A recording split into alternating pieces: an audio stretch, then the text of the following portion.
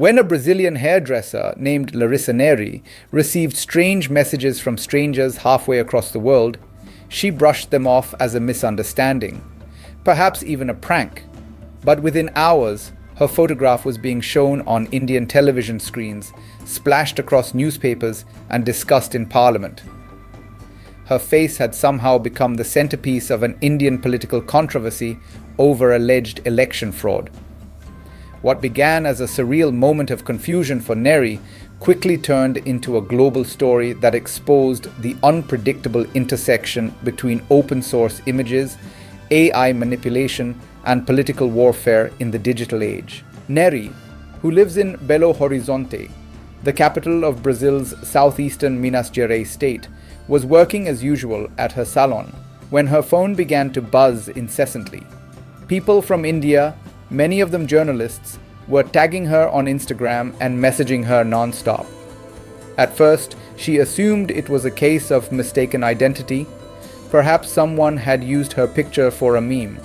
But when she saw a video clip circulating online showing her face projected on a giant screen behind Rahul Gandhi, India's leading opposition figure, she realized something serious was happening. She recalled feeling shocked and confused when she saw that her image had been linked to allegations of voter fraud in India's Haryana state, a region she had never even heard of. Her first reaction was disbelief. She thought it might have been AI-generated or a digital prank. But the flood of messages and calls made it clear this was not a joke. The bizarre chain of events began when Rahul Gandhi, leader of India's Congress party, held a press conference accusing Prime Minister Narendra Modi's Bharatiya Janata Party, BJP, and the Election Commission, EC, of manipulating voter lists during the 2024 Haryana elections. Gandhi alleged that nearly 2.5 million out of 20 million registered voters in the state were irregular, including duplicates, bulk entries, and invalid addresses. To illustrate his claims, Gandhi displayed slides featuring examples of voter ID entries that, according to his team, were fraudulent. One slide showed 22 different voter profiles, each registered under different names and addresses, but all with the same photo. That image was none other than Larissa Nery's. Gandhi rhetorically asked the audience who this woman was and how she managed to vote 22 times in the same election. The image that sparked the controversy was taken in March 2017 when Nery was just 21 years old. A Brazilian photographer named Mateus Ferreiro, who was then at the beginning of his career, had asked to photograph her near her home. Ferreiro thought she had a photogenic face and posted the resulting pictures on Unsplash, a free photo-sharing platform, with her consent. The image gained massive traction online, eventually reaching tens of millions of views and downloads. Over time, Nery's photograph became part of the vast library of royalty-free stock images that anyone could use without attribution. This is likely how her picture ended up being misused in multiple Indian voter ID entries, possibly through automated or fraudulent registration processes that utilize stock photos to fill missing data fields. Rahul Gandhi's claims triggered a fierce political confrontation. He accused the ruling BJP of orchestrating systematic vote theft, while the government dismissed his allegations as baseless. The chief electoral officer of Haryana responded by sharing an old letter sent to Gandhi's office, requesting that he verify and sign an oath listing the alleged fake voters so that necessary proceedings could be initiated. However, the Election Commission did not comment directly on Nery's image or the authenticity of the data Gandhi presented. For the Indian opposition, Nery's case became a symbol of alleged institutional manipulation.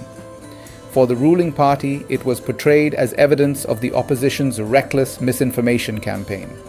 Lost in this war of narratives, however, was Nery herself, a Brazilian woman with no connection to India, whose face had accidentally become a political weapon.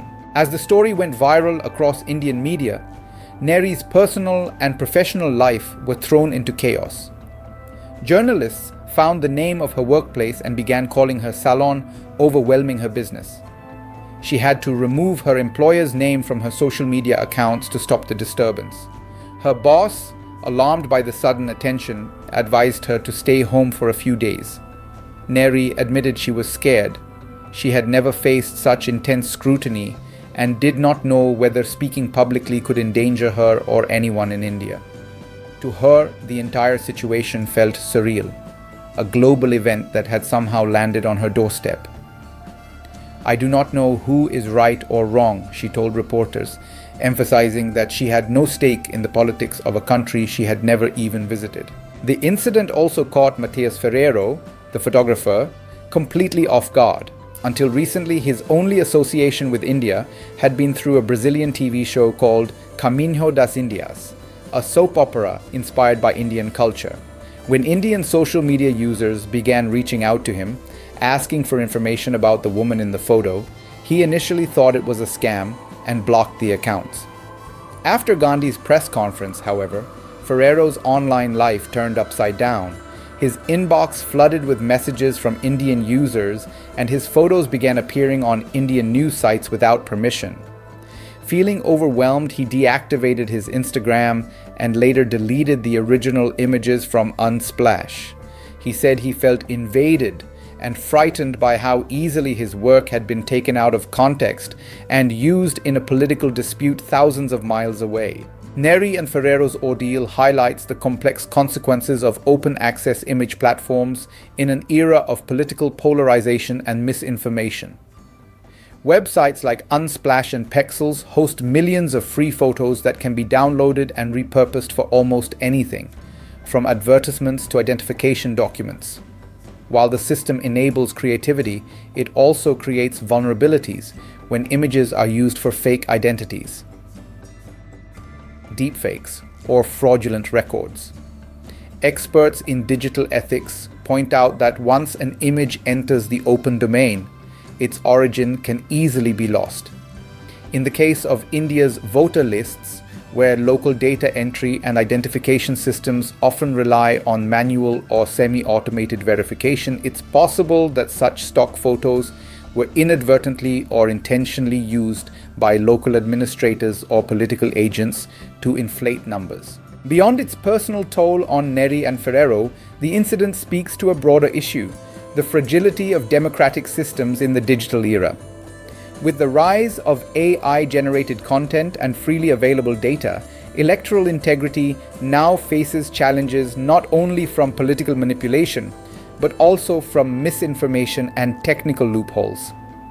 For India, this episode reignited debates about transparency, accountability, and digital ethics, while for the world, it stood as a reminder of how one photograph can bridge continents and controversies in the blink of an eye. This wasn't just a photo mix-up, it was a digital age warning. A simple stock image from Brazil just sparked an election scandal in India.